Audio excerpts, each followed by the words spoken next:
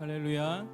기쁜 주일입니다. 다 같이 함께 모여 예배드리지 못하지만 영과 진리로 예배하는 곳마다 하나님께서 함께 하실 줄 믿습니다. 아멘. 우리 함께 신앙 고백하시며 예배 시작하도록 하겠습니다. 전능하사 천지를 만드신 하나님 아버지를 내가 믿사오며 그 외아들 우리 주 예수 그리스도를 믿사오니 이는 성령으로 잉태하사 동정녀 마리아에게 나시고 본디오 빌라도에게 고난을 받으사 십자가에 못 박혀 죽으시고 장사한 지 사흘 만에 죽은 자 가운데서 다시 살아나시며 하늘에 오르사 전능하신 하나님 우편에 앉아 계시다가 저리로서 산자와 죽은 자를 심판하러 오시리라. 성령을 믿사오며 거룩한 공회와 성도가 서로 교통하는 것과 죄를 사하여 주시는 것과 몸이 다시 사는 것과 영원히 사는 것을 믿사옵나이다. 아멘.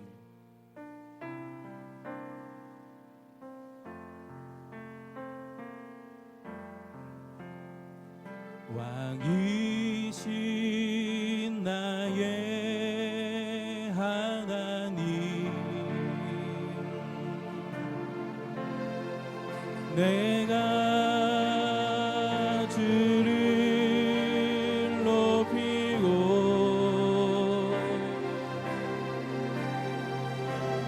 영원히 주의 이름을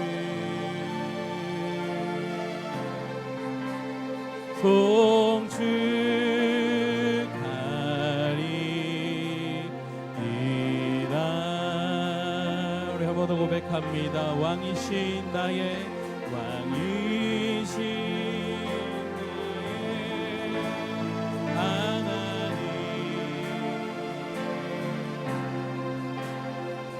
내가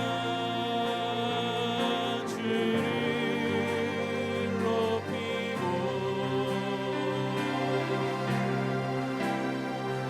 영원히 주의 이름을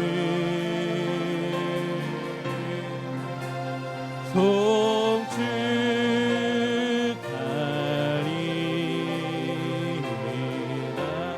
우리 한 번 더 고백하겠습니다. 왕이신 나의 하나님, 왕이신 나의 하나님,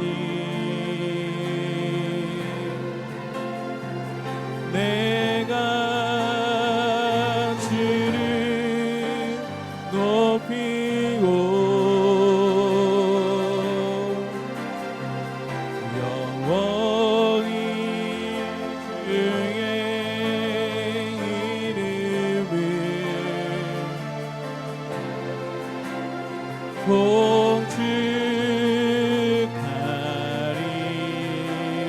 송축하리이다. 우리 한 번만 더 목소리 높여 왕이신 나의 하나님 찬양합니다. 왕이신 나의 하나님, 내가 주를 높이고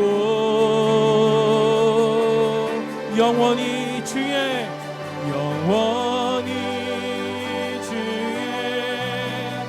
이름을 송축하리이다.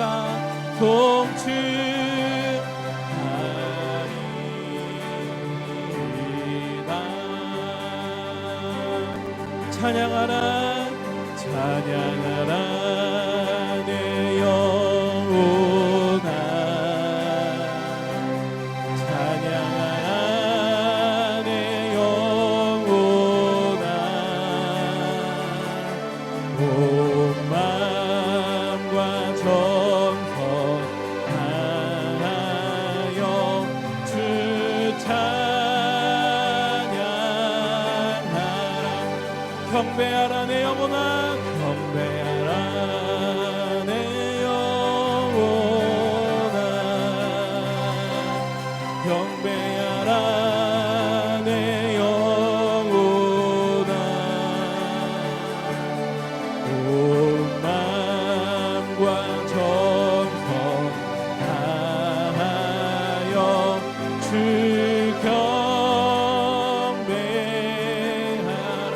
내 속에 있는 것들아 내 속에 있는 것들아 다 찬양 온 맘과 정성 다하여 온 맘과 정성 다하여 다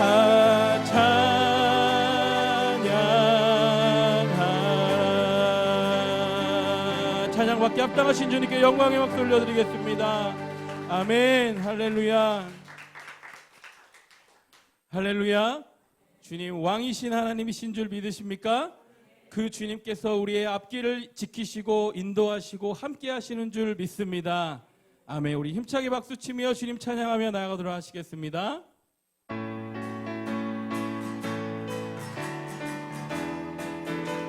갈 길을 밝히 보이시니 갈 길을 밝히 보이시니 주 앞에 빨리 나갑시다.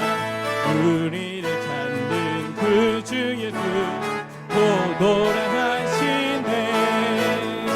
죄악 벗으니 영원히 기뻐 뛰며 주를 보겠네. 하늘에 계신 주 예수를 영원히 섬기리. 우리를 오가하시는 말 기쁘게 듣고 순종하세. 그 주를 믿기 지체 말고 속속히 나가세. 죄악 벗으니 영원히 기뻐 뛰며 주를 보겠네. 하늘에 계신 주 예수를 영원히 섬기니. 주 오늘 여기 계시오니 주 오늘 여기 계시오니 다 와서 주의 말씀 듣세. 듣기도 하며 생각하니 참 진리시로다. 아멘. 죄악 벗으니 영원히 기뻐 뛰며 주를 보겠네. 하늘에 계신 주 예수를 영원히 우리 1절 3절 한 번 더 찬양합니다. 갈 길을 밝히 보이시니 주 앞에 빨리 나갑시다. 우리를 찾는 그 주 예수 오노라 하시네. 아멘.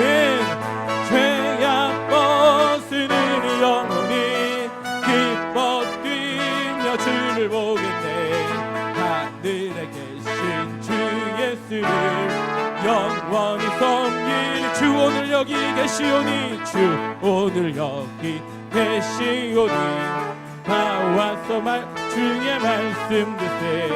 듣기도 하며 생각하니 참 진리시로다. 죄악 벗으니 영원히 기뻐 뛰며 주를 보겠네.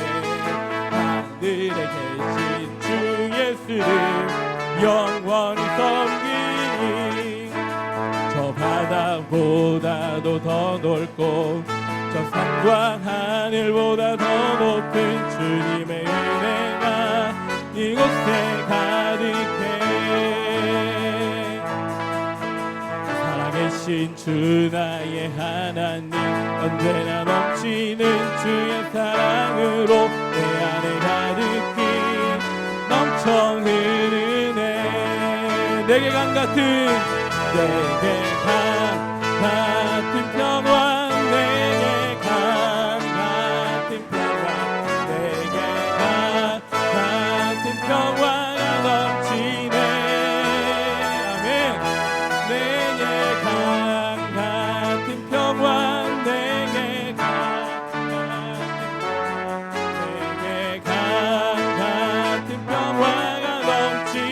우리 한번 더 고백합니다. 저 바다보다 더 넓고 저 바다보다도 더 넓고 저 산과 하늘보다 더 높은 주님의 은혜가 이곳에 가득해. 아멘. 살아계신 주 나의 하나님 내나 넘치는 주의 사랑으로 내 안에 가득히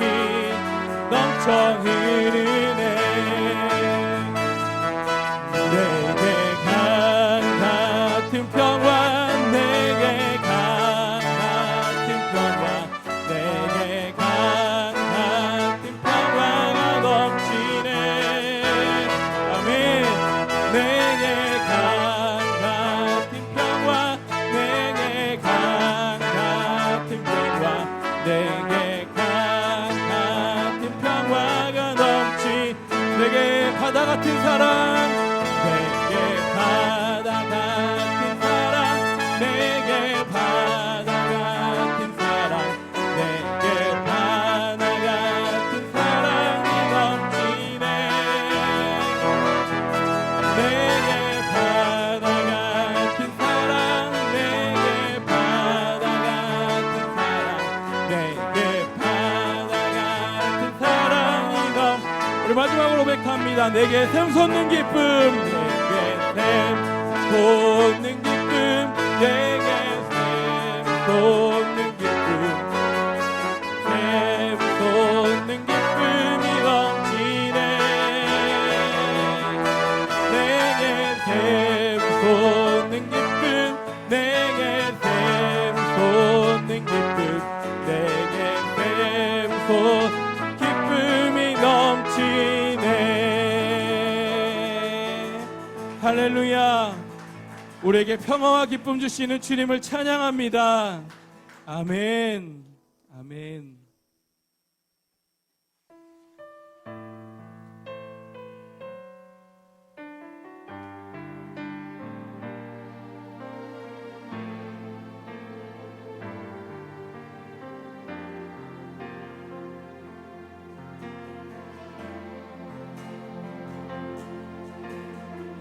이 세상을 살아가는 동안에 나의 힘을 의지할 수 없으니 기도하고 낙심하지 말 것은 주께서 참 소망이 되심이라. 주의 길을 걸어가는 동안에 세상의 것 의지할 수 없으니 감사하고 낙심하지 말 것은 주께서 참 기쁨이 되심이라. 하나님의 꿈이 나의 비전이 되고 예수님의 성품이 나의 인격이 되고 성령님의 권능이 나의 능력이 되길 원하고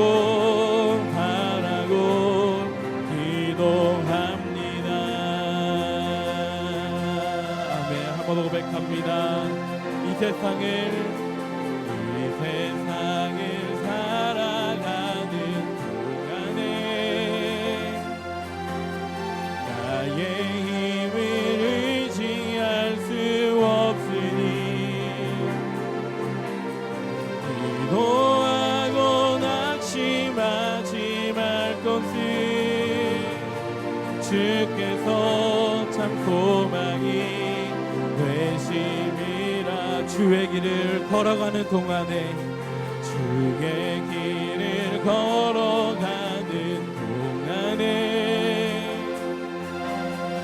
세상의 것 의지할 수 없으니 감사하고 낙심하지 말 것은 주께서 참 기쁨이 되심이라. 아멘. 하나님의 꿈이 나의 비전이 되고 예수님의 성품이 나의 인격이 되고 성령님의 권능이 나의 능력이 되길 원하고 바라고 기도. 아멘. 한번 고백합니다. 하나님의 꿈이 나의 비전이 되고 예수님의 성품이 나의 인격이 되고 성령님의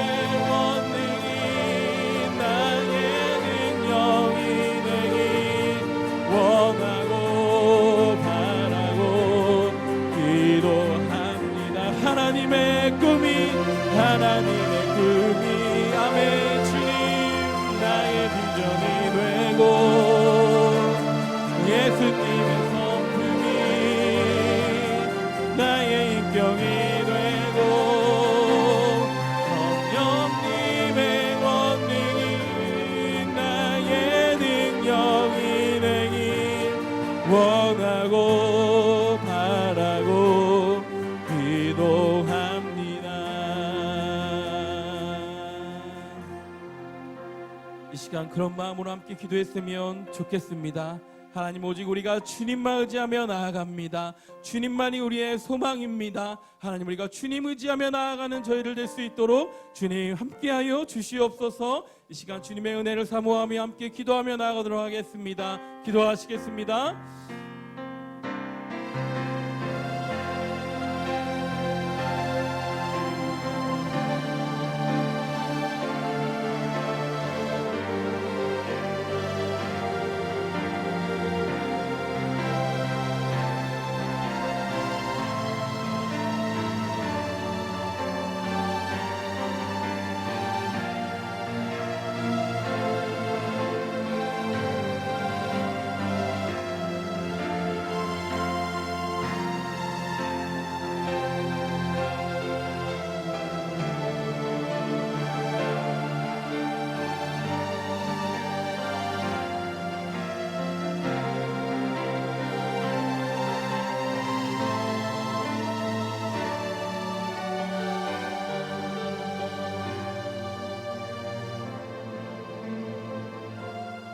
사랑이 가득하신 하나님 아버지, 모두가 힘든 상황 속에서도 예배를 허락하심에 감사드립니다.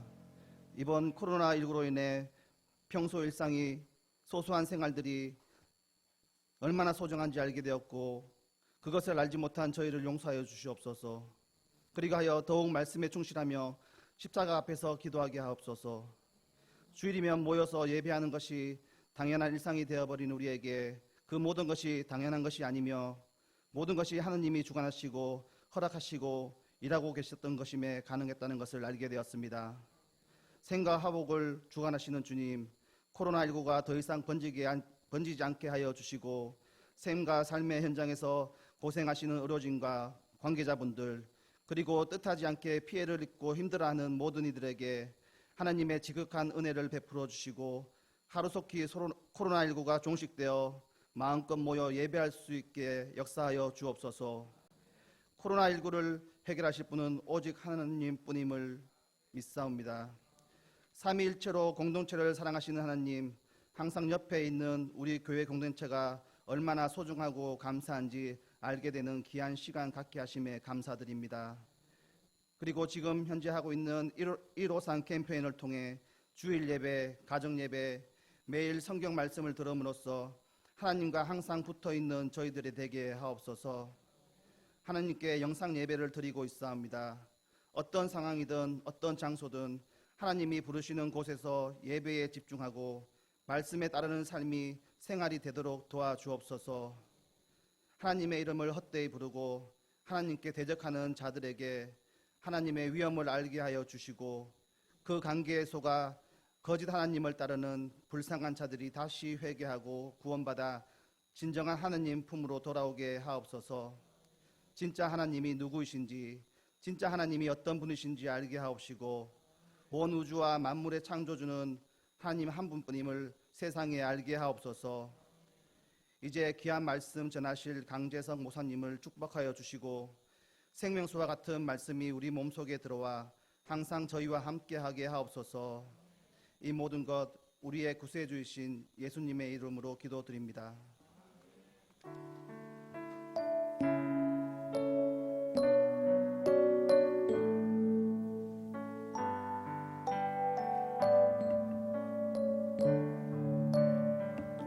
준비하신 예물을 주님께 드리며 나가시겠습니다. 내게 있는 향유 값 주께 가져가.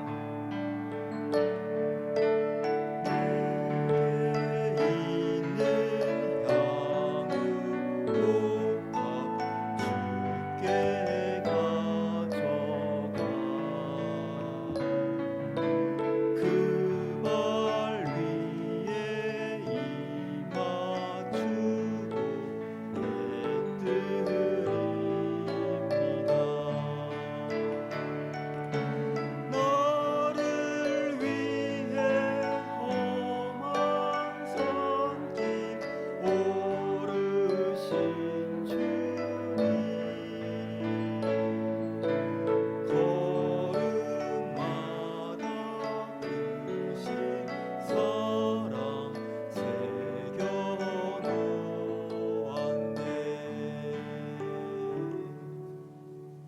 기도하시겠습니다. 사랑의 하나님 감사합니다. 주님의 은혜 가운데 우리가 함께 예배하게 하심을 감사합니다. 비록 몸은 떨어져 있다 할지라도 주님의 이름 가운데 우리가 함께 연결되어 있음을 고백합니다. 우리의 일상의 삶 가운데 하나님 은혜를 더욱더 많이 기억하게 하시고 더 많이 고백하게 하시고 더 많이 감사하며 찬양하며 살 수 있도록 우리 삶을 이끌어 주옵소서. 이 힘든 시기 가운데 지치고 낙심한 자들을 위로하여 주시고 새힘 공급하시사 독수리가 날개쳐 올라간 같이 비상한 역사가 있게 하여 주옵소서. 예수님의 이름으로 기도드리옵나이다. 아멘. 말씀 같이 합독하기를 원합니다. 전도서 7장 10절부터 14절까지의 말씀입니다. 구약성경 954페이지 전도서 7장 10절부터 14절까지의 말씀을 한 목소리로 같이 합독하기를 원합니다.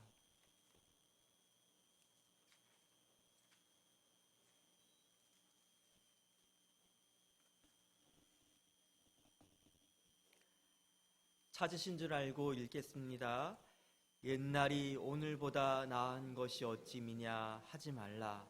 이렇게 묻는 것은 지혜가 아니니라. 지혜는 유산같이 아름답고 햇빛을 보는 자에게 유익이 되도다. 지혜의 그늘 아래에 있음은 돈의 그늘 아래에 있음과 같으나 지혜에 관한 지식이 더 유익함은 지혜가 그 지혜 있는 자를 살리기 때문이니라. 하나님께서 행하신 일을 보라. 하나님께서 굳게 하신 것을 누가 능히 곧게 하겠느냐. 형통한 날에는 기뻐하고 곤고한 날에는 되돌아보아라. 이 두 가지를 하나님이 병행하게 하사 사람이 그의 장래일을 능히 헤아리지 알지 못하게 하셨느니라. 아멘. 기독교를 바라보는 외부의 시선이 굉장히 차갑게 느껴지는 시기 가운데 있습니다. 과거에는 있든 없든 상관하지 않는 그냥 대면대면 바라보는 잉여적 존재로서 우리를 취급하였다면 지금은 마치 우리를 가리켜서 교회가 집단 간염의 온상처럼 여겨지고 있습니다. 신천지와 같은 사이비 악한 자들, 사회 악처럼 동급으로 취급받고 있는 시대 가운데 우리가 놓여져 있습니다. 더 큰 문제는 무엇이냐면요, 우리가 우리 자신을 바라보는 시각이 우리도 이런 풍토에 휩쓸려서 굉장히 스스로를 부끄러워하고 있다는 것입니다. 그리고 한국교회가 이러면 안 돼라고 비판의 목소리를 높이면요, 그거는 마치 굉장히 수준 높은 신앙인 것처럼 여겨지고 있습니다. 한국교회의 여러 가지 문제를 바라보게 될 때 우리가 해야 될 반응은요, 내 탓입니다. 내가 잘못했습니다. 누군가가 교회를 비판하면요, 맞아 그래 하고 맞장구 치는 것이 아니라 제가 잘못했습니다. 제가 대신 사과합니다. 그게 바로 진짜 교회를 사랑하는 사람의 모습이 아닐까요? 여러분, 우리를 부끄러워한다는 것은 개인적 차원의 문제가 아닙니다. 교회는 그리스도의 몸입니다. 몸을 부끄러워한다는 것은요, 머리를 부끄러워하는 것입니다. 우리는 하나님의 소유된 백성입니다. 우리가 우리 자신을 부끄러워한다는 것은요, 우리를 소유하고 계시는 하나님을 욕되게 하는 것입니다. 사랑하는 여러분, 자기 부인과 자기 환멸을 구별하십시오. 자기 부인은 우리 안에 발견되어지는 옛자를 부인하는 것이지, 그리스도의 피값을 사신 소중한 우리를 부정한다는 의미가 아닙니다. 이렇게 이야기하면요, 일종의 자기 합리화처럼 느낄지 모르겠습니다. 한국교회가 문제가 많잖아요, 목사님. 변질되고 부패한 것이 보이잖아요. 물질에 매여 있는 것처럼 느껴지잖아요. 사랑하는 여러분, 교회사를 살펴보면요, 이런 모습은 지금만 드러나는 모습이 아닙니다. 과거에도 그런 모습은 있었고요. 앞으로 미래도 있을 것입니다. 그런 모습들이 2000년 교회 역사를 문닫게 하지 않습니다. 이런 것은요, 우리가 끊임없이 자기 정화할 수 있는 기회로 삼으면 됩니다. 그리고 한국교회는 충분히 그럴 만한 능력이 있다고 확신합니다. 문제의 핵심은 어디에 있냐면요, 교회가 교회다운 것이 무엇인지를 우리 스스로가 모른다는 것입니다. 모르니까 교회다움을 상실해버린 채 외부에서 우리를 향해서 이렇게 교회는 이러이러야 돼, 그 말에 귀가 쏠깃해버린다는 것입니다. 세상 우리에게 말합니다. 교회는 좀 더 많은 구제와 봉사를 해야 돼. 맞는 말입니다. 하지만 구제와 봉사를 더 열심히 하면 교회가 교회다워질까요? 그거는요, 봉사단체에 가까워지는 것입니다. 교회는 긍정적인 사회의 문화와 풍토를 만들어내야지, 그거에 앞장서야지, 그게 세상을 변혁시켜야지, 맞는 말이긴 합니다. 하지만 그것을 집중하게 되면요, 교회가 시민단체와 구별되지 않습니다. 교회는 정치 결사체가 아닙니다. 교회는 어떤 곳입니까? 교회는 그리스도께서 자기의 모든 것을 다 올인해가지고요, 전부를 다 거셔가지고 딱 하나 선택한 것이 바로 교회예요. 교회는 하나님 아들 그리스도께서 십자가의 상에서 젊은 사람들 말로 자기를 다 갈아가지고 넣으신 거예요. 완전히 쏟아부으신 거예요. 남김없이 쏟아부으셔가지고 딱 하나 세운 게 바로 교회예요. 그리스도 시작된 하나님 나라, 그 아름다운 하나님 나라가 임하는 그 위대한 일 가운데 마지막을 완성할 수 있게 돼서 우리에게 그 사명을 맡기신 거예요. 하나님 나라 구원의 역사 가운데 교회는요, 유일무이한 기관이고, 하나님은 다른 플랜 B를 준비하지 않으셨습니다. 오직 교회에게만 이 사명을 주셨단 말입니다. 그렇다면 교회가 어떻게 세상에 유익을 줄 수 있을까요? 저는요, 이 질문에 대한 답을 함께 찾아가는 시간을 갖고자 합니다. 교회는요, 아브라함처럼 복의 근원입니다. 아브라함을 통해가 주위에 있는 많은 사람 복을 받지 않습니까? 바로 교회가 그 역할이에요. 교회는 세상에 빌붙어 가지고요, 의존적으로 사는 존재가 아니라 세상의 교회로 인하여 복을 받는 것입니다. 어떻게 그것이 가능합니까? 그 이유는요, 교회에는 세상에 정말 필요로 한데 세상에서 갖지 못한 그것이 교회 안에 있기 때문에 그렇습니다. 그래서 교회에는요, 세상에 그 교회만 가지고 있는 그것으로 인해서 유익을 끼칠 수 있다는 것입니다. 그러면 세상엔 없고 교회만 있는 그것이 무엇입니까? 오늘 성경의 본문의 영어로 이야기한다면 바로 지혜입니다. 지혜. 우리는 지혜라고 생각하면요, 남들이 모르는 것을 아는 것, 남들은 어떻게 할지를 알지 못할 때 잘 대처하는 일종의 처세술처럼 생각할 때가 있습니다. 하지만 지혜는요, 간단하게 하면 이겁니다.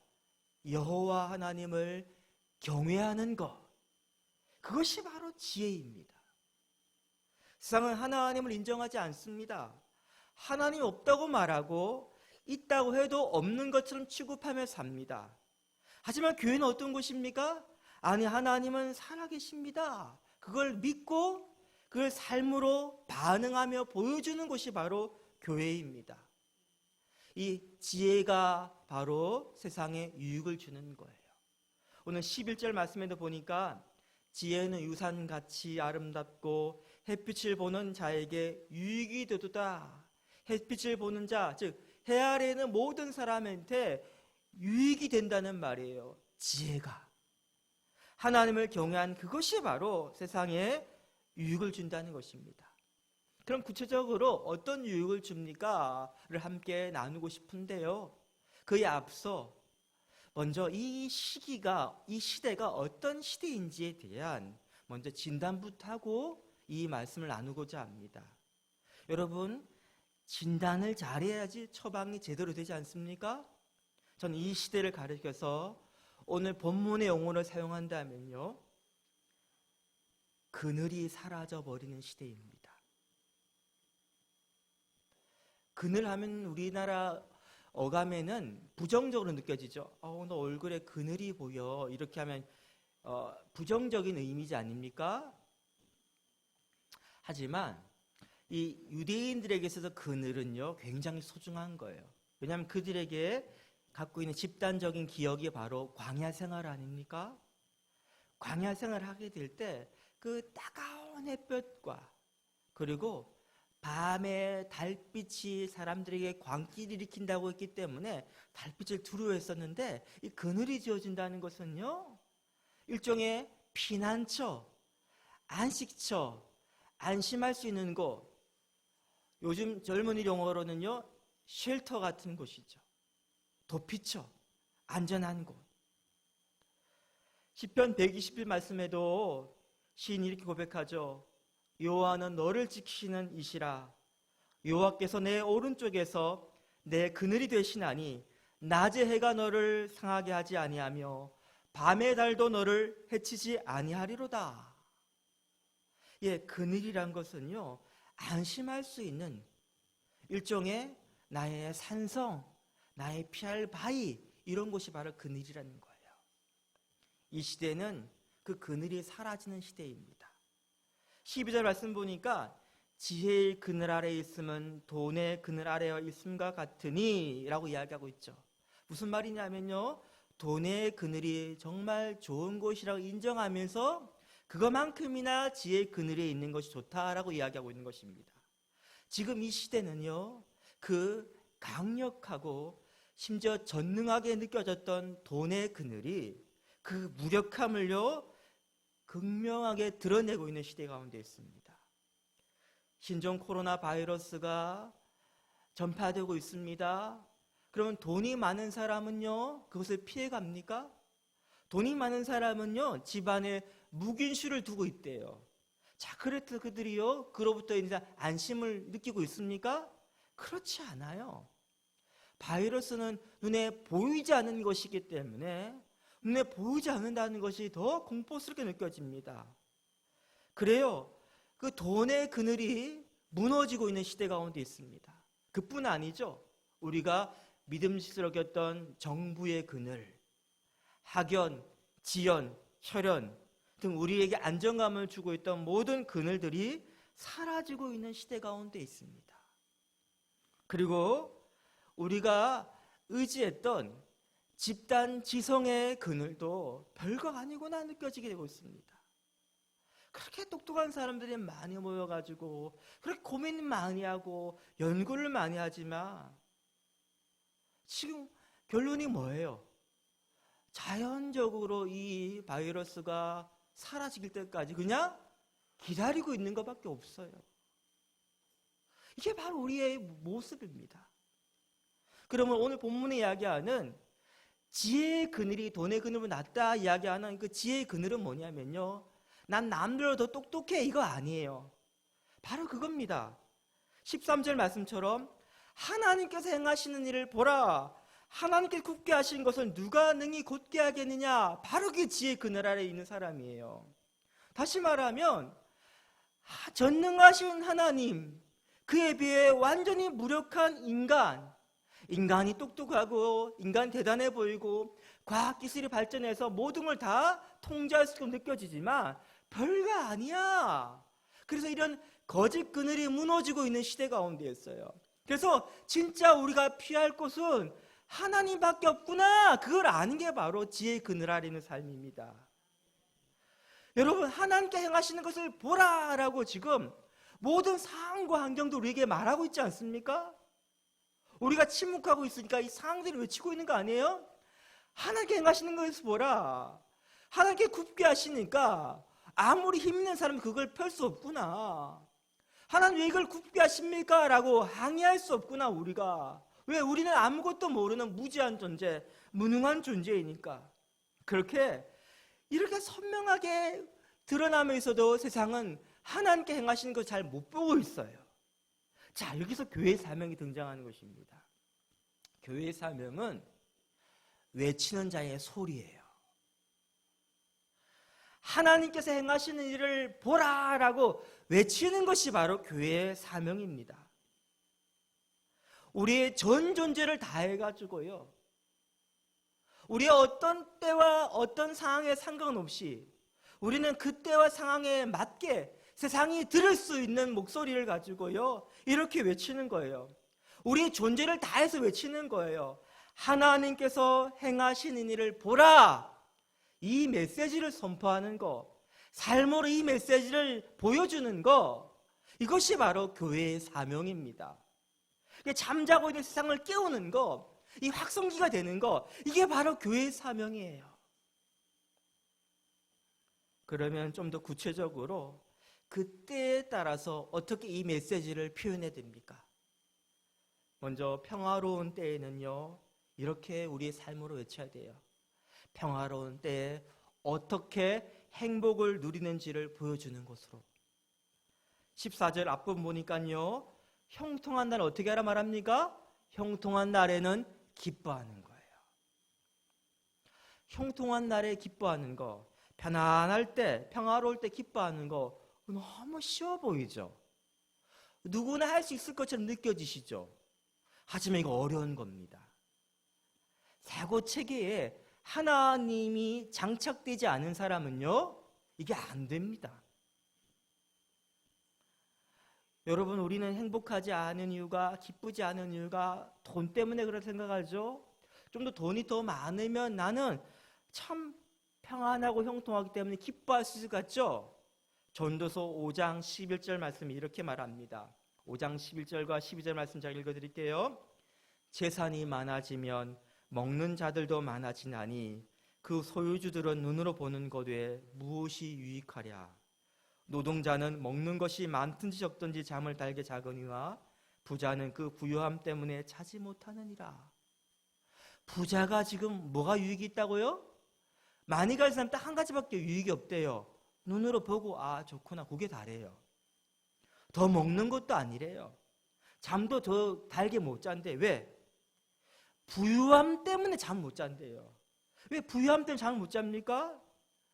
15절과 15절, 16절, 17절 말씀 이렇게 말합니다. 그가 모태에서 벌거벗고 나왔은즉 그가 나온 대로 돌아가고 수고하여 얻은 것을 아무것도 자기 손에 가지고 가지 못하리니 이것도 큰 불행이라. 어떻게 왔든지 그대로 가리니 바람을 잡는 술고가 그에게 무엇이 유익하랴. 일평생을 어둠에서 먹으며 많은 근심과 질병과 분노가 그에게 있느니라. 왜 부자가 눈으로 보기엔 좋지만 별 유익이 없다고 말합니까? 아무것도 자기 손으로 가지고 가지 못한대요. 마치 그의 모습이 바람을 잡는 헛수고래요. 자, 바람을 잡으면 빠져나가지 않습니까? 잡을 수 없는 걸 잡으려고 고민 걱정하다 보니까 잠 못 자는 거예요. 그는요, 많은 근심과 질병과 분노가 있대요. 어두운 데서 먹고 있대. 왜? 불안하니까 그런 것이죠. 이걸 지켜야 되니까 불안한 거래요. 다시 말하면 여러분, 좀 더 많이 가지면 좀 더 평안해지고, 그래서요, 기쁨을 누리는 게 아니라는 말입니다. 앞서 말씀드린 것처럼 자신의 인생 가운데 하나님을 더한 사람만이 평화로운 때에 행복을 누리는 것을 보여줄 수가 있습니다. 이혜령 교수가 지성에서 영성으로라는 책을 발간하고 한 인터뷰에서 이런 이야기를 했습니다. 기자가 질문했어요. 지성의 삶과 영성의 삶을 좀 구분해서 말씀을 간단하게 좀 정리해 주세요. 그가 이렇게 대답합니다. 나의 대부분의 인생은 지성의 삶을 추구했습니다. 지성의 삶은 요약하면 이겁니다. 무엇인가를 내 이성과 지성과 노력으로 열심히 애쓰고, 그래서 결국 그것을 성취해내고 그 성취한 것을 보상으로 누리려고 하는 삶, 이게 바로 지성의 삶이라는 거예요. 근데 여러분, 내가 수고하고 노력한 것이 내 삶의 결과물일 때 만족이 되나요? 만족이 안 된다는 거예요.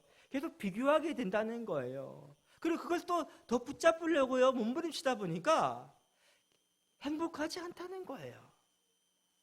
늘 내가 애쓴 것보다 부족한 것이 내 삶의 보상으로 온 것 때문에요 화가 나는 거예요. 그럼 반대로 영성의 삶은 무엇입니까? 하나님을 더한다는 건 바로 이거예요. 내가 애쓰고 수고한 것을 누리고 사는 것이 아니라 하나님께서 주신 선물을 받아 누리는 삶. 그분은요, 우리 교회 쓰는 용어를 사용하지 못했지만 교회 사용한 용어를 사용한다면 은혜로 사는 삶이에요. 은혜로 사는 삶. 하나님을 묵상하지 않으면요 은혜가 뭔지를 알 수가 없습니다. 물론 은혜의 한 파편 같은 것을 우리는 좋은 사람들, 좋은 권위자들, 부모로부터 선생님으로부터 경험할 때가 있지만 온전하지 못하죠. 완전한 은혜, 거저 주는 귀한 것, 그것을 경험하는 삶. 그때 뭐가 나옵니까? 그 가운데 행복이 나오는 거예요.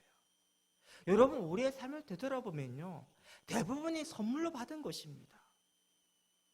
그 우리를 특별하게 여기고 있는, 우리가 소중히 여기고 있는 우리 부모님만 그런 게 아니라 우리가 한 번도 본 적이 없는 사람들로부터 우리는 많은 은혜를 받고 누리고 있어요. 여러분, 우리가 자동차를 타고 있죠? 자, 이 자동차를 내가 돈 주고 샀어요?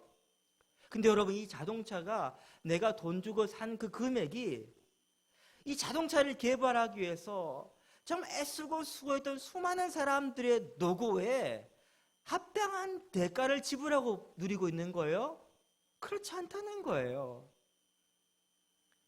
우리는요 전기를 발명한 에디슨이나 자동차를 발명한 벤츠, 그리고 포드, 이런 사람을 본 적도 없지만 이 사람이 열심히 애쓰고 수고한 것들의 그 결과물을 지금 우리가 누리고 있는 거예요. 그것만이 아니죠. 궁극적으로, 원초적으로 결국 하나님께서 우리에게 주신 것들을 누리고 있지 않습니까? 이 아름다운 하늘과 이 맑은 공기와 그 시원한 물들, 우리가 원래부터 있다 생각했지만요 하나님께 우리를 사랑하시게 우리에게 주신 선물이라는 겁니다. 오늘 우리의 삶도 마찬가지예요. 차라리 죽는 낫겠어라고 하는 이 삶이 어제 죽은 그 누군가에게는요 그토록 살고 싶었던 24시간 하루란 말입니다. 그보다 가장 귀한 은혜가 뭡니까? 죄인인 우리를 사랑해서 아들을 내어주시고 십자가의 대속제물로 내어주시고 우리를요 죄 없다고 여겨주신 놀라운 구원의 은혜로 우리를 이끄신 하나님의 사랑.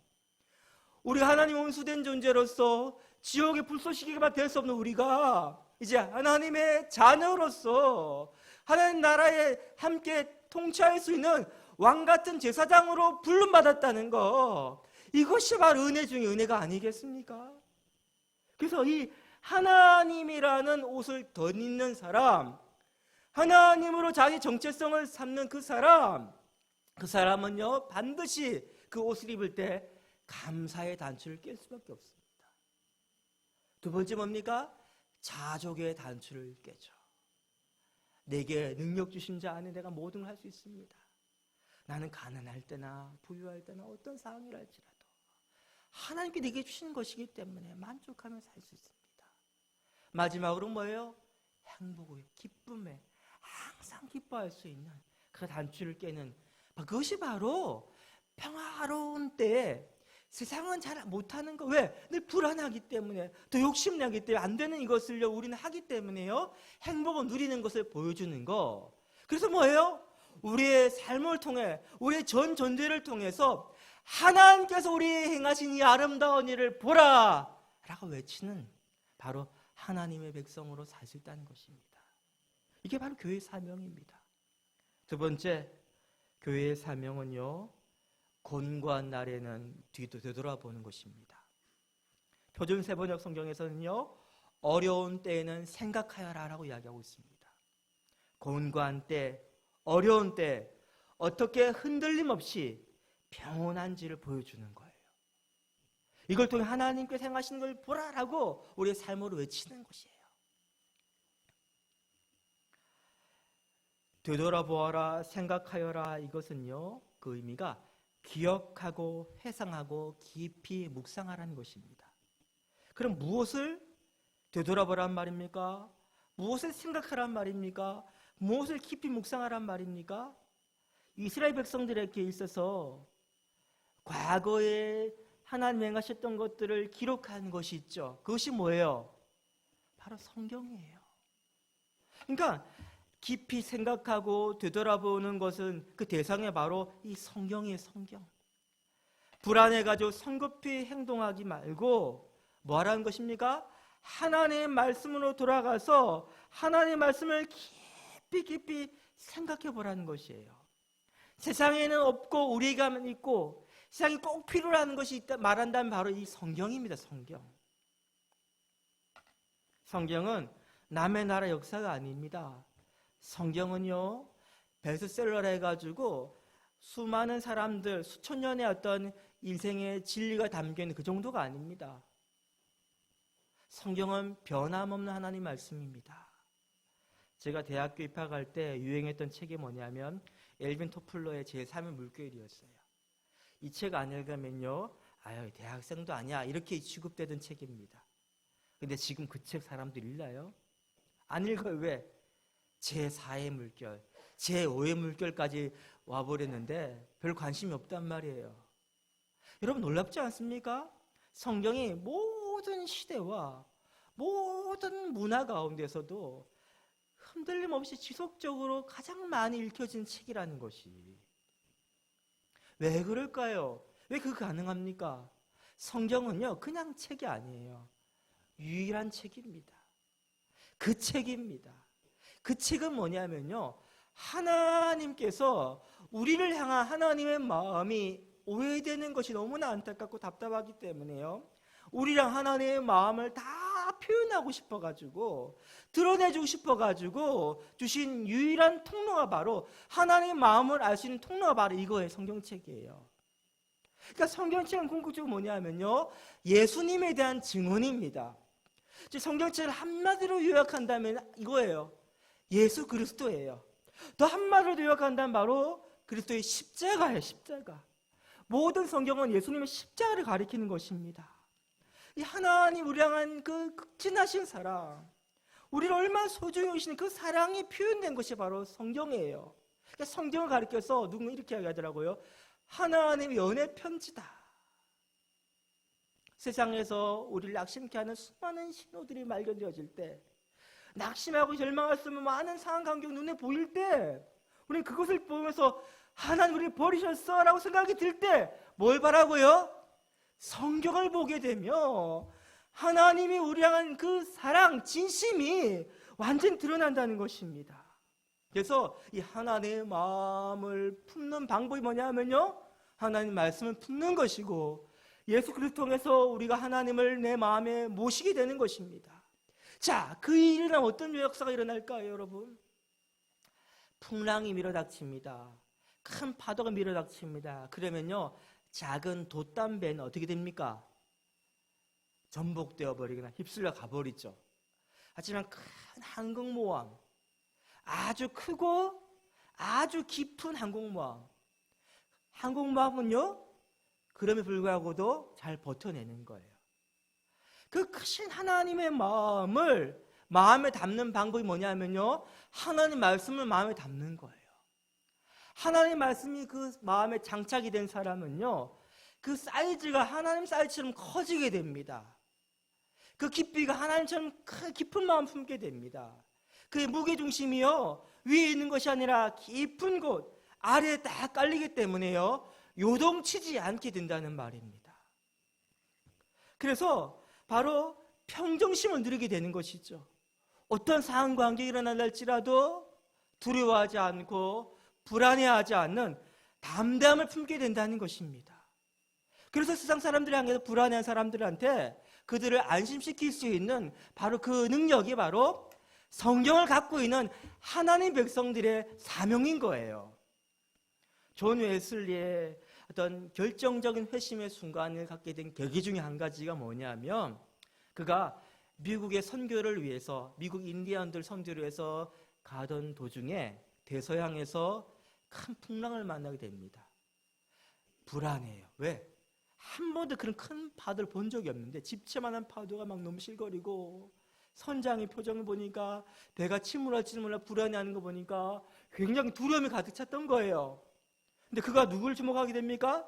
26명의 모라비안 교도들을 보게 되는데 모두가 다 불안 떨고 있는데 굉장히 평온하게 찬양하고 기도하는 모습 보게 됩니다. 그리고 자신 신앙에서 한번 내가 왜 이렇지 하면서 그들을 주목하게 된 거예요. 모라비안 교도 특징이 무엇입니까? 그는 하나님 말씀의 사람들이었어요. 말씀을 품는 사람들이었습니다. 그들이 특별해서가 아니라 말씀에 특별해서 말씀을 갖고 있으니까 범인이었던 그들이, 평범한 보통 사람 그들도 위대한 사람이 될 수 있는 거예요. 제 개인적인 경험을 간증하고자 합니다. 이 간증이 제 자랑이 결코 아니라는 것을 먼저 말씀드리고 합니다. 제가 군대를 이제 자원 입대하기 위해서 신청을 했어요.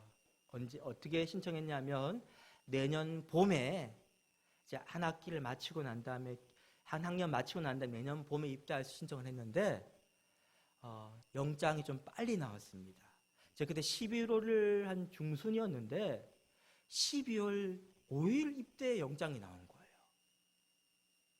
아직 기말고사도 안 치렀는데, 기말고사 치르고 난 다음에 마음의 준비도 하고 정리도 하고 난 다음에 군대에 가려 했는데 갑자기 영장이 나오니까요, 내 마음이 굉장히 불안한 겁니다. 두려워가지고, 제가 원래 머리만 대면 잠을 자는 스타일인데 잠 못 자고 있다가 아침에 학교 왔어요.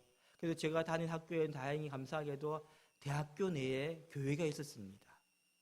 그래서 강의 들어가기 전에 예배당에 앉아서 혼자서 말씀을 읽기 시작했습니다. 시편 말씀을 1장부터 시편 1편부터 쭉 읽기 시작하다가 16편 말씀이 딱 읽는데 그 말씀이 내 감에 확 들어왔어요. 그 말씀이 바로 이겁니다. 내가 여호와를 항상 내 앞에 모시며 그가 내 우편에 계심으로 내가 흔들리지 아니하리로다. 이러므로 내 마음이 기쁘고 내 영도 즐거워하며 내 육체도 안전히 살리니 이는 주께서 내 영혼을 음부에 버리지 아니하시며 주의 거룩한 자를 영원히 멸망시키지 아니하실 것입니다. 이 말씀을 내가 딱 읽는데 순간 이 말씀이 확 오는 거예요. 그래, 내가 어디 있든 항상 하나님을 내 앞에 모시면 내가 요동치지 않지, 흔들리지 않을 수 있지. 그게 내 마음에 확 오는 거예요. 그 다음부터 불안한 마음이 잠잠해지면서 내 마음에 용기가 막 생기는 거예요. 담대함이 생기는 거예요. 여러분, 저를 많이 경험하시면 아시겠지만 저는 굉장히 겁이 많은 사람입니다. 걱정이 많은 사람이고요, 늘 담대함이 없어가 용기가 없는 사람이에요. 도전하는 거 굉장히 싫어하고 안주하는 거 좋아하는 사람입니다. 새로운 일 있으면 불안부터 먼저 밀려오는 사람이에요. 그런데요, 제가 입대할 때 제 동기들이 증언이 하면 굉장히 멋있었대요. 제가 멋있어진 게 아니라 하나님 말씀에 능력을 붙드니까 뭐예요? 그런 겁쟁이, 이 불안에 떨고 있는 아주 어린아이 같은 사람도요, 용기 있게 담대하게 나갈 수 있게 된다는 것입니다. 여러분, 소년 다윗이 골리앗이 무섭지 않아서 그가 간이 배 밖에 나고 그런 것이 아니에요. 그는요, 나와 함께하는 만군의 주 여호와의 이름을 의지했기 때문에, 하나님 나와 함께 하심을 강렬하게 믿었기 때문에, 그 하나님 말씀을 붙들었기 때문에 골리앗에 대한 두려움을 이겨낼 수 있는 것입니다. 사람은 마찬가지입니다. 우리 가운데 굉장히 두려운 일이 많이 생깁니다. 불안한 일이 많이 생깁니다. 하지만 우리는요, 이런 상황에 흔들리는 존재가 아니에요. 왜? 하나님의 말씀이 우리 가운데 있잖아요. 하나님의 말씀 붙들게 될 때 우리는 담대하게 나갈 수 있는 것입니다. 그때 세상을 우리 바라보면 질문하게 되죠. 하나님의 선교 전략은 바로 이거예요. 세상이 우리를 바라보면서 예상했던 반응이 나오지 않을 때 질문할 수밖에 없습니다. 예전 전도 폭발 훈련 받았을 때 배지를 주는데 바로 물음표 배지를 주는 거예요. 우리를 바라보면서 퀘스천 마크를 던지는 것이 돼야 됩니다. 아니, 이런 상황, 이런 곤고한 나라 안에 당신은 어떻게 이렇게 침착하고 담대할 수가 있어요? 이 질문 던지게 하는 것입니다. 아니, 나는 이렇게 모든 게 잘 되고 평안할 때도 늘 마음 불안한 당신은 어떻게 이걸 잘 기쁨을 누리며 즐거워할 수 있습니까? 이 질문 던지게 하는 거예요, 여러분. 우리 가운데 이런 곤고한 시대가 온다는 것은요, 어떻게 보면 하나님 나라를 선전할 수 있는 좋은 기회입니다. 베드로전서 3장 15절 말씀에 너희 속에 있는 소망에 관한 이유를 묻는 자에게는 대답할 것을 항상 준비하되. 예, 우리 안에 있는 소망의 근거가 뭡니까? 바로 예수 그리스도. 우리와 함께 하나님 말씀 붙들고 나아가는 거. 그래서 우리가 담대하게 이 깊은 절망의 어둠 가운데 시대 가운데 소망에 관한 이야기가 되는 거예요. 보라, 하나님 행하시는 것을 보라. 그게 우리 전 존재를 다해가지고요, 온 일상의 삶과 우리의 모든 인격을 다해가 이걸 외치는 것이 바로 교회의 사명인 것입니다. 사랑하는 여러분, 우리는 때를 선택할 수가 없습니다. 지혜에 대한 오해가 좋은 때를 골라가는 것이 지혜를 생각하면 그렇지 않아요. 때는 선택할 수 없어요. 이거는 하나님의 영역입니다. 14절 후반 말씀 보니까 이 두 가지를 하나님 병행하게 하사 사람이 그의 장래일을 능히 헤아리지 못하게 하셨느니라. 무슨 말입니까? 그리스도인도요, 장래일을 헤아리지 못해요. 우리에게도 여전히 감춰 있다는 것입니다. 이 예측 불허의 미래가 세상에서는요, 불안감을 주죠. 사람들 어떻게 반응합니까? 예측 불안이 미래를 통제하고 싶어가지고 억지 인간관계를 만들어내잖아요. 그거라도 만들어야지 뭐 마음 편해지거든요. 대표적인 이런 겁니다. 입시를 앞두는 아이들한테 뭘 선물합니까? 엿이나 떡을 선물하죠. 왜요? 엿처럼 떡처럼 딱 달라붙어라. 엿 먹으면 대학에 딱 붙는다. 말이 됩니까? 안 됩니까? 안 되잖아요. 근데 왜 사줍니까? 그런 억지 인과관계로도 만들어내야지 이 불안감은 잠시 좀 편해졌을까 생각이 돼서. 하지만 여러분, 우리는 몰라요. 미래에 어떤 일이 될지 몰라요. 하지만 한 가지는 알아요. 뭘 합니까? 하나님이 우리를 사랑하신다는 거 한 가지 압니다. 이 한 가지 아니면 충분한 거예요. 어린아이가, 그 갓난아이가 뭘 알겠습니까? 아무것도 몰라요. 하지만 딱 한 가지는 알아요. 어린아이는 엄마 품에 있으면 돼. 이거 알아요. 엄마 나 사랑해, 나 책임져, 이거 알아요. 그래서 어땠습니까? 전쟁통에서도 엄마 품에 딱 안기고 젖만 물려주면 애는요 편안하게 잡니다. 바로 이게 성도의 모습이에요. 우리 미래 몰라요. 어떤 일이 할지 몰라요. 하지만 이 한 가지는 압니다. 하나님 우리를 사랑하신다. 우리를 책임지신다. 우리를 인도하신다. 그 증거가 뭡니까? 십자가예요, 십자가. 예, 눈으로 보여가지고요, 그것이 실증적으로 실험되어지고 관찰되어져서 확인되어져서 아는 것이 아니에요. 믿음의 눈을 열어서 십자가를 바라보고 십자가를 마음에 품게 될 때, 믿음으로 순화할 때 그때 알아지는 거예요. 하나님 우리를 얼마나 사랑하시는지, 어떻게 우리를 책임지신지. 그래서 이 두려움 가운데 세상에 다 질식할 것 같을 때 우리가 외치는 거예요. 두려워하지 말라고요. 하나님 우리와 함께 하신다고 외치는 게 바로 교회의 사명입니다. 고심 끝에 기어온 새역들이요 물거품으로 돌아가고, 그리고 우리 인생에 점점 늪에 빠지는 것처럼 헤어나올 수 없는 상황이 펼쳐진다 할지라도 우리는 외칠 수 있는 거예요. 두려워하지 마. 하나님 우리를 끌어내신다. 이게 바로 교회 역할인 것입니다. 사도행전 27장에 보면요, 유라 굴로 강풍을 만난 그 바울 일행이 등장합니다. 바울이 죄수로 로마에 호송되어 갈 때 탔던 그 배가 큰 풍랑을 만나게 됩니다. 사람들이 다 절망하게 됩니다. 낙심하게 됩니다. 그때 죄수였던, 사람들의 구박을 받고 업시여김 받고 오히려 괴롭힘 당했던 그 죄수였던 바울이 이렇게 외칩니다. 내가 속한 바 곧 내가 섬기는 하나님의 사자가 어젯밤에 내게서 말하되 바울아 두려워하지 말라. 네가 가이사 앞에 서야겠고 또 하나님께서 너와 함께 항해하는 자를 다 네게 주셨다 하였으니 무슨 말이에요? 바울을 살리기 하나님께서 바울과 함께한 사람은 다 살리겠다는 거예요. 이게 바로 교회예요. 이게 복익 덩어리 아브라함이에요. 하나님께서요 세상을 바라볼 때 우리를 바라보시고 우리를 건지시기에 세상에 함께 덩달아서 구원받는 거예요. 할렐루야. 그래서 바울이 이렇게 외칩니다. 그러므로 여러분이여 안심하라. 나는 내게 말씀하신 그대로 되리라고 하나님을 믿노라. 이게 우리 사명이에요. 우리 세상에 외쳐야 됩니다. 불안의 세상에서 여러분이 안심하라. 나는 하나님을 믿노라. 나와 함께 하신 하나님을 믿노라. 바로 이 외치는 거예요. 이게 우리의 사명입니다. 저와 여러분이 오늘 하루의 삶에서도 전 존재론적으로 이렇게 외치기 바랍니다. 보라, 하나님의 가시는 것을 보라. 여러분이 안심하라. 나는 하나님을 믿노라. 이게 바로 우리의 사명입니다. 우리 함께 찬양하기로 원합니다. 아무것도 두려워 말라 찬양하시겠습니다.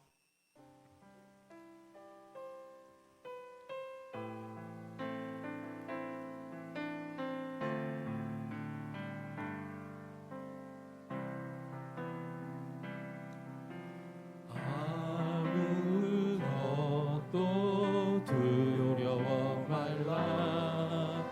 주 나의 하나님이 지켜주시네. 놀라지 말라. 겁내지 말라.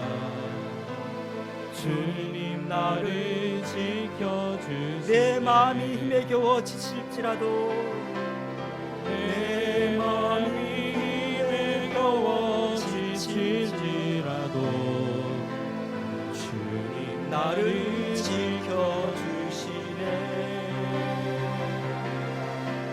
세상의 험한 풍파 몰아칠 때도 주님 나를 지켜주시네.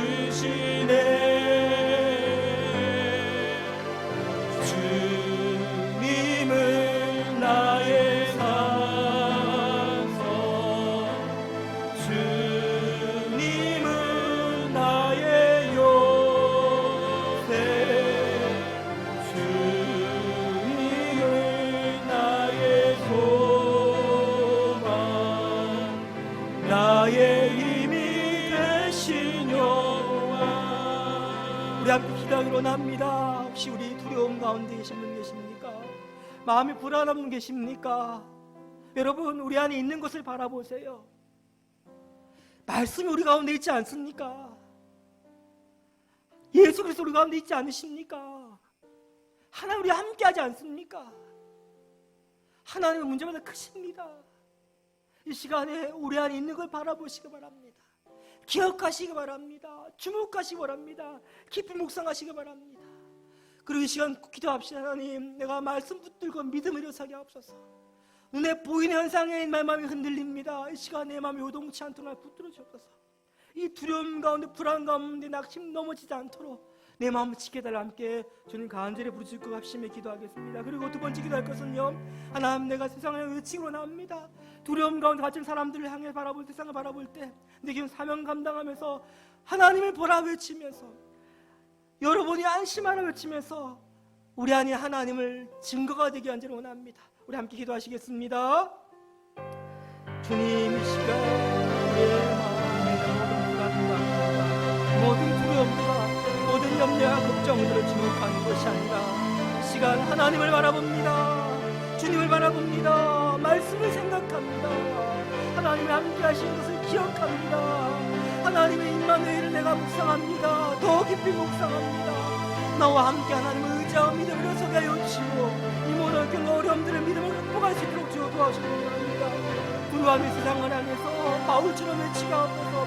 유라굴로 같은 풍랑을 만나 쌍을 외치게 하옵소서. 여러분이 안심하십시오. 나는 내게 말씀하신 그대로 되리라고 하나님 믿습니다. 아버지, 우리 가운데 이 믿음이 세상에 용기가 심어지게 하여 주시고 우리가 세상의 이 전존재론적인 외침을 통해서 묵상이 우리를 통해서 힘을 얻고 용기를 얻고 담대함을 스스로 주의 성령이 이끌어 주시기 원합니다. 주님, 이 시간 주님을 더욱더 바라보게 하옵소서. 두려움 가운데 굴복하지 않게 하여 주시고 오직 하나님을 묵상함을 통해서 말씀의 능력으로 승리하게 하여 주옵소서. 주님만이 우리의 산성 되십니다. 주님만 우리 요새 되십니다. 주님만 나의 소망 되십니다. 나의 힘이 되십니다. 난 주의 그늘 아래서 가장 안전합니다. 마치 젖은 아이가 머무름같이 내가 주의 품에 있음을 고백합니다. 예수님의 이름으로 기도드립니다. 다 같이 일어나셔서 폐송 부르고 제가 축도함을 예배를 마치겠습니다.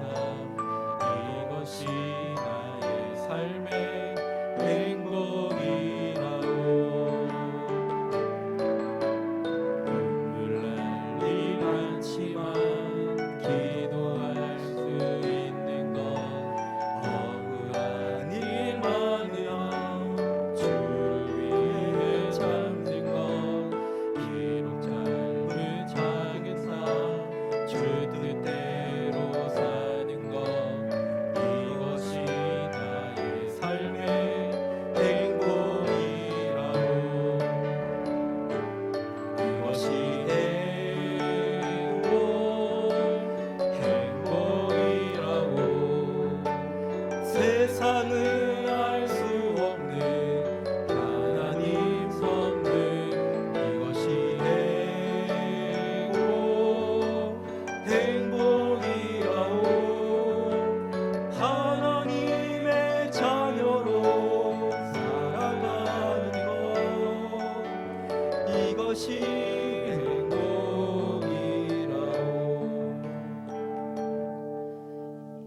이제는 우리 주 예수 그리스도의 말로 다할 수 없는 애와 하나님 아버지의 크신 사랑과 성령님의 감화 감동 위로동 충만케 하심이 주님만이 나의 유일한 그늘 되십니다.